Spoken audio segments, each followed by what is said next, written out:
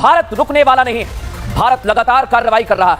Operation सिंदूर आपने देखा ना दर्शकों, कैसे पाकिस्तान को नेस्तनाबूद कर दिया। उसके एयर बेसेस को हमने नेस्तनाबूद किया और वहां पर छिपे आतंकियों को हमने ढूंढ कर मारा है। लेकिन देश में जो लोग छिपे हुए हैं उनका क्या, मैं आपको बता रहा हूं। उनके लिए ऑपरेशन गद्दार शुरू हो चुका है दर्शकों। और देश में एक दो नहीं, कई गद्दार छिपे हुए हैं। ये वो गद्दार हैं जो आपके बीच में रहकर, भारत में रहकर भारत से गद्दारी कर रहे हैं। इन्हें पहचानने का वक्त आ गया है, इन्हें सबक सिखाने का वक्त आ गया है। लेकिन पहले ऑपरेशन सिंदूर को लेकर सेना ने एक बार फिर साफ कर दिया, यह ऑपरेशन जारी है।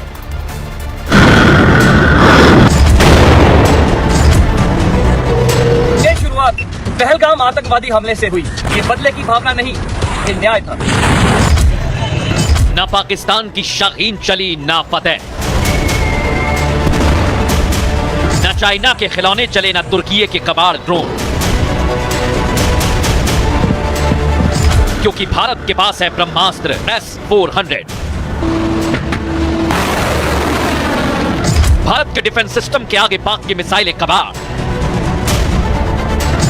ना आतंकी ठिकाने बचे, ना पाकिस्तान के एयरबेस।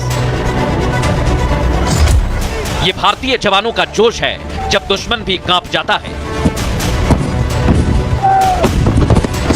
अब कोई हरकत हुई तो नहीं बचेगा आतंकिस्तान, क्योंकि ऑपरेशन सिंदूर जारी है।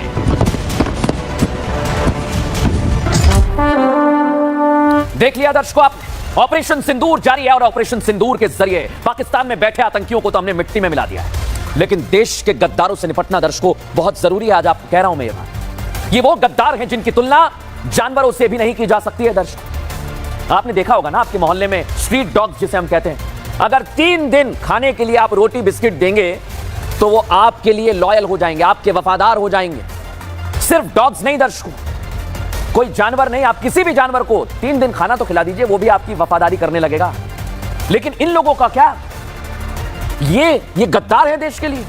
और ये वो गद्दार हैं जो देश का नमक खाते हैं, देश में रहते हैं लेकिन देश विरोधी काम करते हैं। यानी जिस थाली में खा रहे हैं उसी में छेद कर रहे हैं। दुश्मन देश पाकिस्तान को भारत की खुफिया जानकारी दे रहे हैं दर्शकों, वो भी सिर्फ चंद पैसे के लिए।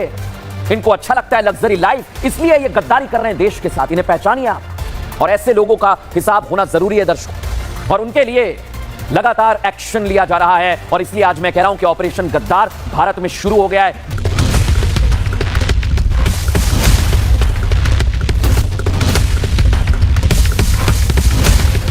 यूट्यूबर जासूस गद्दार ज्योति मल्होत्रा को लेकर नए नए खुलासे हो रहे हैं। वो राज जो उसके मोबाइल, वो राज जो उसके ब्लॉग्स में है, और इन्हीं राज को उगलवाने के लिए भारत की एजेंसियां लगी हुई हैं ज्योति से पूछताछ के लिए।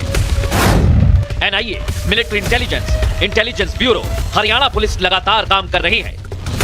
ज्योति जो लाहौर में पाकिस्तान एम्बेसी में इफ्तार पार्टी में शामिल हुई थी, वहां उसकी मुलाकात पाक एम्बेसी के कर्मचारी से हुई। वही कर्मचारी जो पहलगाम आतंकी हमले के बाद दिल्ली में पाक एम्बेसी केक लेकर पहुंच गया था, और इसी शख्स से ज्योति ने पाकिस्तान में इफ्तार पार्टी के दौरान मुलाकात भी की थी।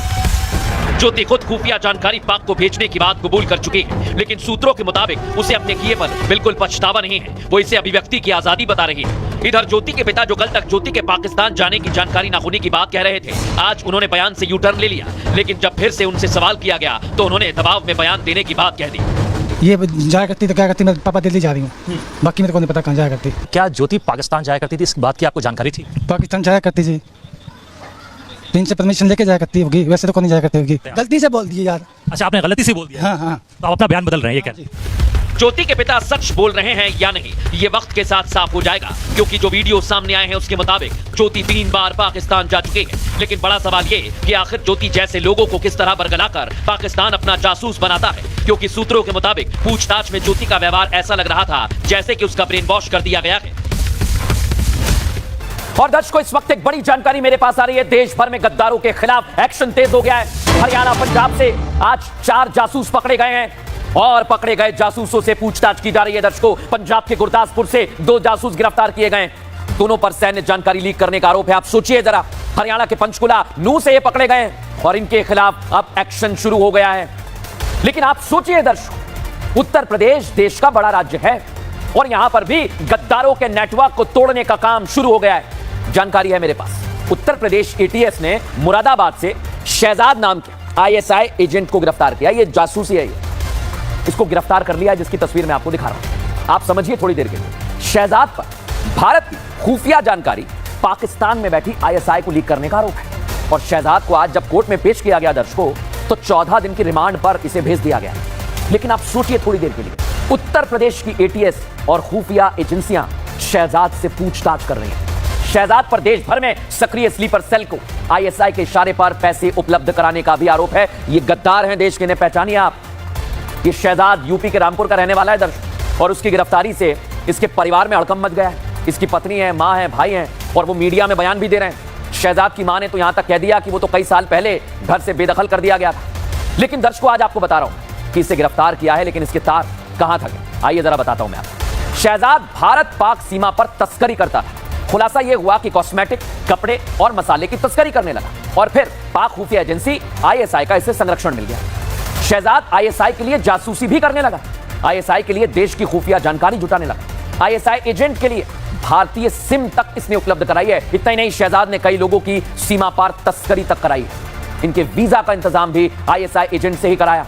शहजाद स्लीपर सेल जो बाकी होते हैं ना दर्शकों, उन्हें पैसे भी मुहैया कराता था। शहजाद खुद 2 बार पाकिस्तान गया है और पाक जाने के लिए इसने बहाना क्या बनाया कि भाई मेरे तो रिश्तेदार रहते हैं वहां पर। एक बार शहजाद की पत्नी भी पाकिस्तान गई। लेकिन आप सोचिए दर्शकों, शहजाद जैसे कितने लोग हैं जो देश की जानकारी दुश्मन देश को दे रहे हैं। इन गद्दारों को सामने लाने का वक्त आ गया है। रिपोर्ट आपको दिखाता हूं।